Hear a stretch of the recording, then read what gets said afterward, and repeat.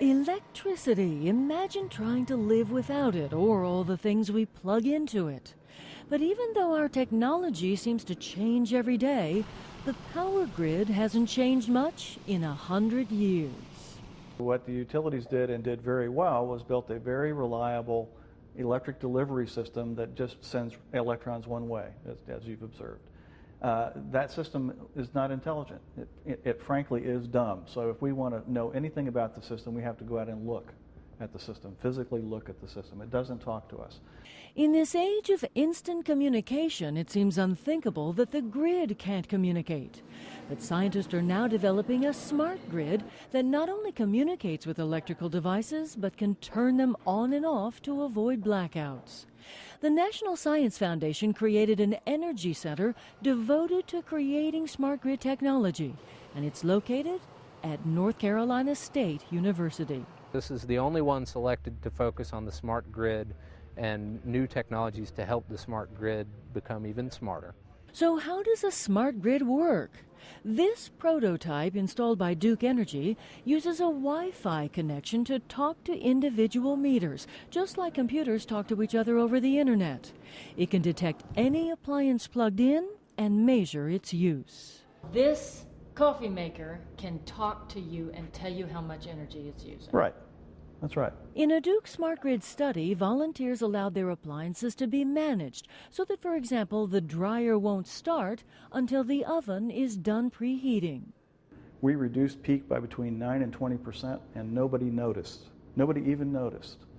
So it's possible by sort of choreographing how all these things work, we can get those benefits, and people's lives really aren't impacted. But smart grid technology won't come cheap. Experts already anticipate rate hikes to pay for pollution control, including the proposed cap-and-trade system that penalizes carbon emissions, including from North Carolina coal plants. Throw in requirements for renewable energy, and now the smart grid, and utility experts say a rate hike is very likely.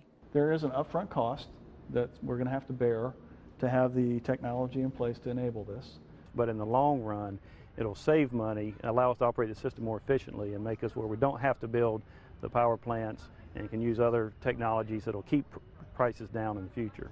National studies show energy efficiency does work. Since 2000, the growth of electricity use has actually slowed down thanks to conservation and more efficient appliances. And experts say if electric cars take off, they'll need a smart grid to prevent blackouts in case everyone plugs them in all at once.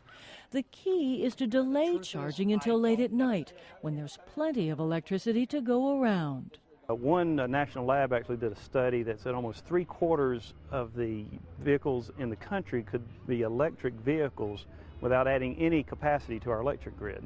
In fact, those new cars could add to capacity. With their huge batteries, they could form a mobile power company that can send electricity back into the grid during an overload crisis. When you come into a parking deck and you have 90% state of charge, maybe you're willing to give up a little bit. Maybe you're willing to wait to charge the vehicle.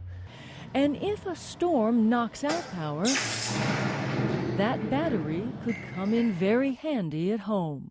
Could you use your electric car to run your refrigerator in a power outage since it has that big battery in it? You certainly can in theory. What's part of the reason the smart grid's needed is because to do that safely and to do that in a controlled way, you've really got to have the controls in place to enable that. Amazing changes to be sure, but experts say what really has to change is the way we pay for electricity. In most cases, regardless of how much it costs to produce the electricity, we pay an average price. But with Smart Grid, consumers could take advantage of cheaper rates, just like searching for the best price for a gallon of gas. If I charge at 5 o'clock in the afternoon on July 31st, it may be $10 a gallon of electricity to do that. If I charge at 1 in the morning when it's better for the system, it may be 75 cents a gallon of electricity. I think that's ultimately how it's going to work. Utility executives say they'll need 5 to 7 years to get the smart grid fully operational. But once it's up, they say the sky's the limit. I can pull up my house on my BlackBerry and show you what my appliances are drawing for electricity right now. And I can reset the thermostat, and I can do all kinds of stuff. From your phone? From my phone. And I think that's how people are going to begin to interact. As for privacy concerns, utility officials say the smart grid will work on a strictly volunteer basis. But they add the more people who participate, the fewer power plants we'll have to build in the future. What we can do and what we can do collectively with the smart grid is not just do it in this house, but do it in 4 million houses. And if you do it in 4 million houses, now all of a sudden you don't have to build a peaking power plant.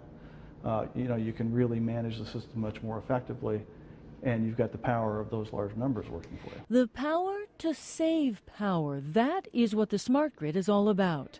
And experts believe this is just the beginning, that the smart grid will enable applications in the future that, like the gadgets we have now, we won't imagine how we lived without them. We look at this very much like the development of the internet. You had no idea that Google could be a successful business practice until the internet came about. There's all sorts of technologies that will come about once we get the smart grid in place that we can't envision today.